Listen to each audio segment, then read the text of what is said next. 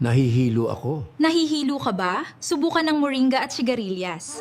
Ang gintong gabay ay handang tumulong. Mag-subscribe na! Magandang buhay mga nay at mga tay. Kumusta po kayo sa araw na ito? Naranasan nyo na ba yung nasa harap nyo na ang inyong salamin, pero hinahanap nyo pa sa buong bahay? O kaya naman, nasa dulo na ng inyong dila ang pangalan ng inyong paboritong apo, pero yung pangalan pa ng inyong anak ang naitatawag nyo? Naku, wag po kayong mag-alala. Hindi po kayo nag-iisa sa ganyang karanasan. Normal lang po na minsan ay maging malilimutin tayo habang nagkakaedad. Pero alam nyo ba na hindi natin kailangang tanggapin na lang ito bilang bahagi ng pagtanda?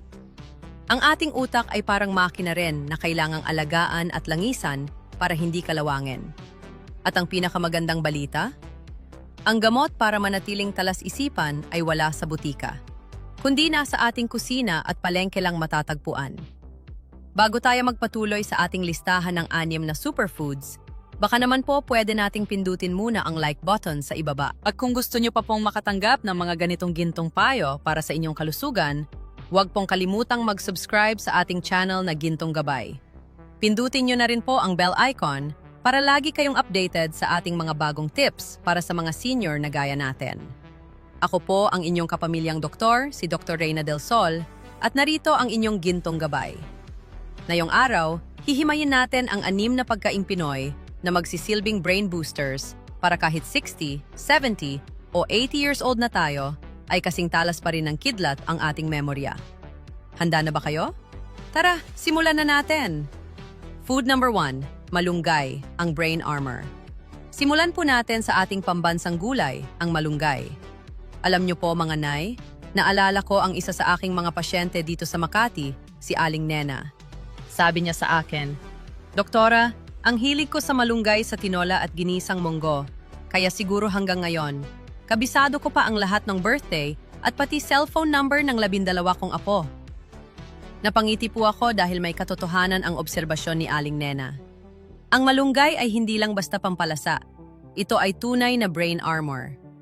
Bakit ko po tinawag na armor o balute? Dahil ang malunggay ay punong-puno ng antioxidants at vitamin C. Isipin niyo po, ang ating utak ay parang bakal na pwedeng mangawang o magkaroon ng oxidative stress dahil sa pagtanda. Ang mga nutrients ng malunggay ang nagsisilbing panlaban sa kalawang na ito. Tinutulungan nito ang ating mga brain cells na mag-repair at manatiling konektado sa isa't isa. Sa madaling salita, pinoprotektahan nito ang ating memorya para hindi basta-basta maglaho. Ang maganda pa sa malunggay, napakamurang at madaling hanapin. Baka nga mayroon pa kayo nito sa inyong bakod. Para makuha ang maximum benefits, subukan nyo pong ilagay ang mga dahon kapag malapit ng maluto ang inyong sabaw para hindi ma-overcook ang mga bitamina. Pwede rin po itong patuyuin at gawing malunggay tea sa hapon. Nay, tay, siguraduhin lang po na sariwa ang ating gagamitin para siksik sa nutrisyon. Kayo po mga nay at tay, anong luto ng malunggay ang pinakapaborito ninyo? Nilalagay nyo ba ito sa tinola? Sa monggo? O baka naman may sarili kayong secret recipe na gusto nyong ibahagi sa ating Gintong Gabay family? I-comment nyo po sa ibaba. Binabasa ko po ang inyong mga comments at natutuwa ako kapag nakakakita ako ng mga bagong ideya mula sa inyo. O sige po, pagkatapos ninyong mag-comment, dako na tayo sa ating pangalawang superfood na siguradong ikatutuwa ninyo. Food number 2, sigarilyas, ang winged brain booster. Ang ating pangalawang superfood ay isa sa mga bida sa awiting bahay kubo, pero madalas nating nilalampasan sa palengke. Ito po ang sigarilyas o sa Ingles ay winged bean. Nay, tay, alam nyo ba kung bakit ito tinawag na winged bean? Dahil po sa 4 na kanto nito na tila may mga pakpak. At gaya ng pangalan nito, ang sigarilyas ay parang nagbibigay din ng pakpak sa ating memorya para hindi ito basta-basta lumipad o maglaho sa ating isipan habang tayo ay nagkakaedad. Bakit ba ito napakabuti para sa ating utak? Ang sigarilyas ay mayaman sa 2 mahalagang minerals, ang manganese at copper. Ang manganese ay kailangan para sa maayos na daloy ng signal sa ating mga nerves. Isipin niyo po, ang ating utak ay parang isang malaking switchboard. Kapag sapat ang manganese, mabilis at malinaw ang pagpasa ng impormasyon. Hindi po tayo naglo-loading o nabubulol kapag may gustong sabihin.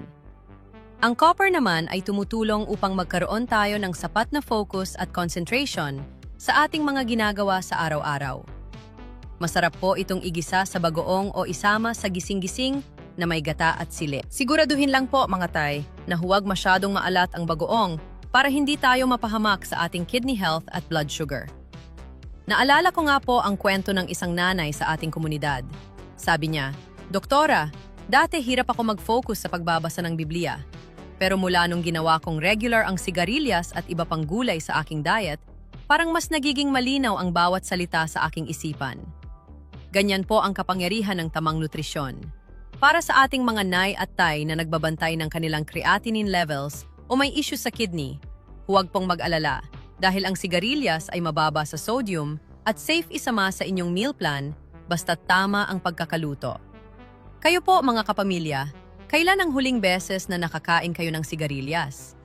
I-comment niyo naman po kung paano niyo ito niluluto sa inyong probinsya. Gusto ko pong matuto sa inyong mga recipe secrets para maibahagi rin natin sa iba nating mga kagabay. Food number 3, isdang mamantika. Dako naman tayo sa ating ikatlong superfood, ang mga isdang mamantika. Mga nay, tay, alam ko pong marami sa atin ang mahilig sa liempo o crispy pata. Pero kung ang pag-uusapan ay ang kalas ng ating isipan, isda po ang ating bida.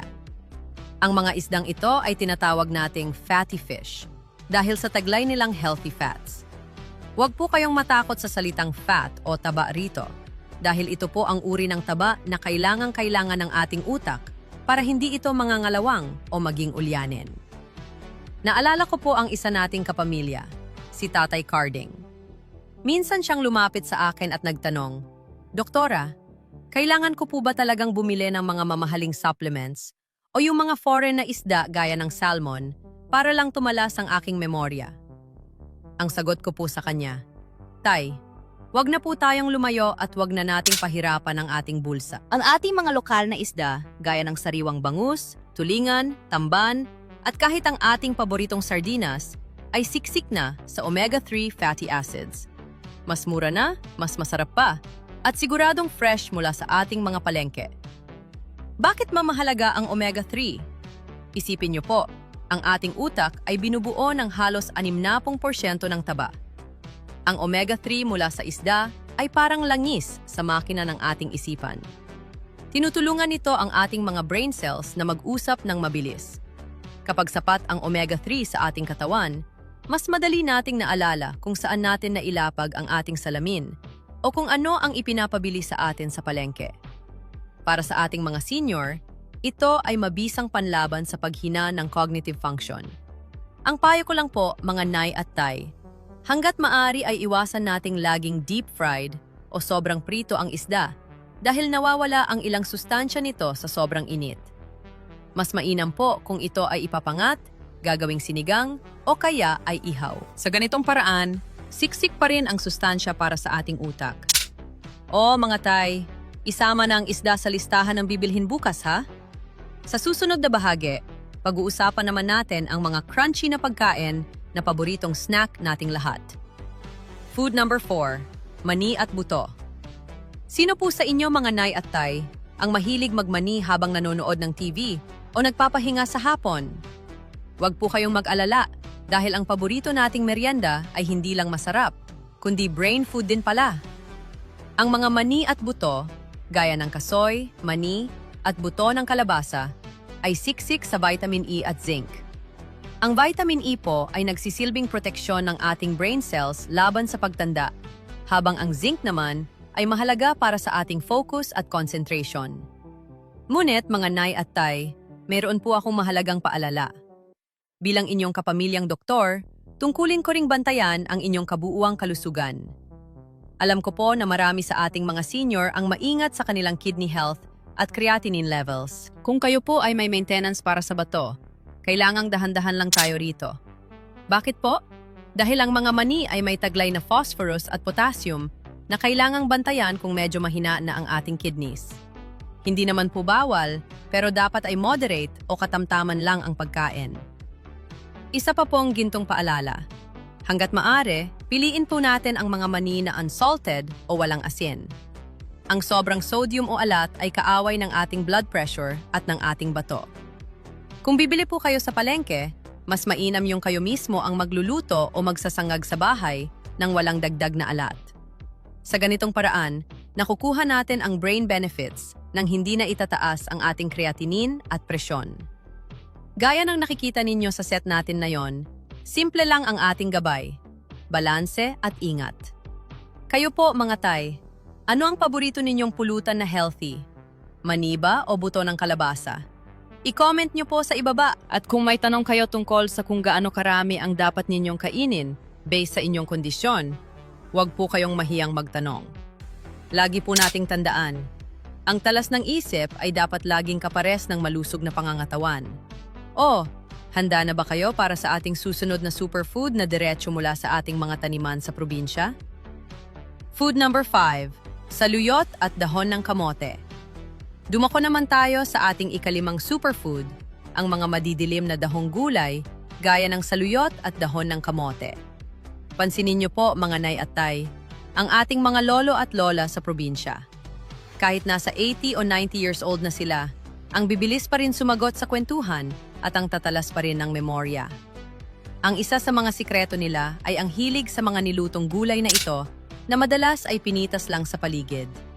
Ito ang tunay na tatak ng pagkaing Pinoy na nagpapanatili ng ating mental sharpness. Bakit ba napaka-importante ng saluyot at dahon ng kamote para sa ating isipan? Ang mga gulay na ito ay siksik sa folate at vitamin K. Ang vitamin K po ay kilala sa siyensya na nakakatulong sa pagbuo ng sphingolipids, isang uri ng taba na siksik sa loob ng ating brain cells. Sa madaling salita, pinapatibay nito ang pundasyon ng ating utak. Ang folate naman ay tumutulong upang mapabagal ang cognitive decline o ang paghina ng isip na madalas nating nararanasan habang nagkakaedad. Kaya kung gusto nating manatiling sharp at mabilis ang reflexes ng isip, huwag nating kakalimutan ang mga dahong ito. Para sa ating mga nay na nagluluto, ang saluyot ay napakasarap isama sa dinengdeng o bulanglang. Ang pagiging madulas o slimy nito ay tanda na hitik ito sa fiber na mabuti rin sa ating digestion. Ang dahon ng kamote naman, kahit simpleng talbos lang na may kasamang kalamansi at bagoong balayan, ay sapat na. Siguraduhin lang po na hindi natin ito overcooked para manatili ang maktingkad na kulay berde. Dahil nandoon po ang tunay na sustansya para sa ating memorya. Nakakatuwa pong isipin na ang mga gulay na minsan ay inaakala nating pagkaing mahirap, ay sila palang ang pinakamayaman sa nutrisyon para sa ating utak. Kayo po mga nay at tay, anong putahe na may saluyot o dahon ng kamote ang paborito ninyong ihain sa inyong pamilya? Ibahagi niyo naman po ang inyong mga kwento sa comment section. Gusto kong marinig kung paano niyo pinapanatiling masigla ang inyong hapagkainan gamit ang mga pagkaing ito. O, bago tayo magtapos, may huling superfood pa tayo na siguradong nasa ref nyo lang ngayon. Food number 6, nilagang itlog. Para sa ating huling superfood, ang nilagang itlog, mga nay, tay, alam nyo ba na ang itlog ay itinuturing na isa sa pinakakumpletong pagkain sa mundo? Bukod sa mura at madaling ihanda, ito ay mayaman sa choline. Ang choline po ay isang nutrient na ginagamit ng ating katawan para gumawa ng acetylcholine, isang neurotransmitter na napakahalaga para sa pag-aayos ng ating memorya at mood. Para itong messenger sa loob ng ating utak na tagahatid ng balita para hindi tayo madaling makalimot. Ngunit syempre, bilang inyong doktor, kailangan nating maging balanse. Para sa ating mga senior na nagbabantay ng kolesterol, sapat na po ang kumain ng 3 hanggang 4 na itlog sa loob ng isang linggo. Huwag po nating tatanggalin ng tuluyan sa ating diet dahil kailangan ng ating utak ang sustansyang dala nito. Mas mainam po na ito ay nilaga o hard-boiled kaysa sa prito para iwas tayo sa dagdag na mantika at calories. Simple lang po, di ba? Isang itlog para sa mas matalas na memorya. O ayan po mga nay at tay, na kumpleto na natin ang ating listahan ng 6 na pagkain Pinoy para sa inyong isipan. Mula sa malunggay sa bakod, hanggang sa simpleng itlog sa inyong kusina, nasa kamay niyo po ang susi para manatiling matalas ang inyong memorya. Huwag po kayong aalis dahil mayroon pa akong huling gintong payo para sa inyong lahat bago tayo magtapos. Ang pagbubuod ng gintong aral. Mga nay, mga tay, Bago tayo maghiwalay na yung araw, tandaan po ninyo. Ang ating utak ay parang ginto. Napakahalaga nito, kaya dapat nating pakaingatan.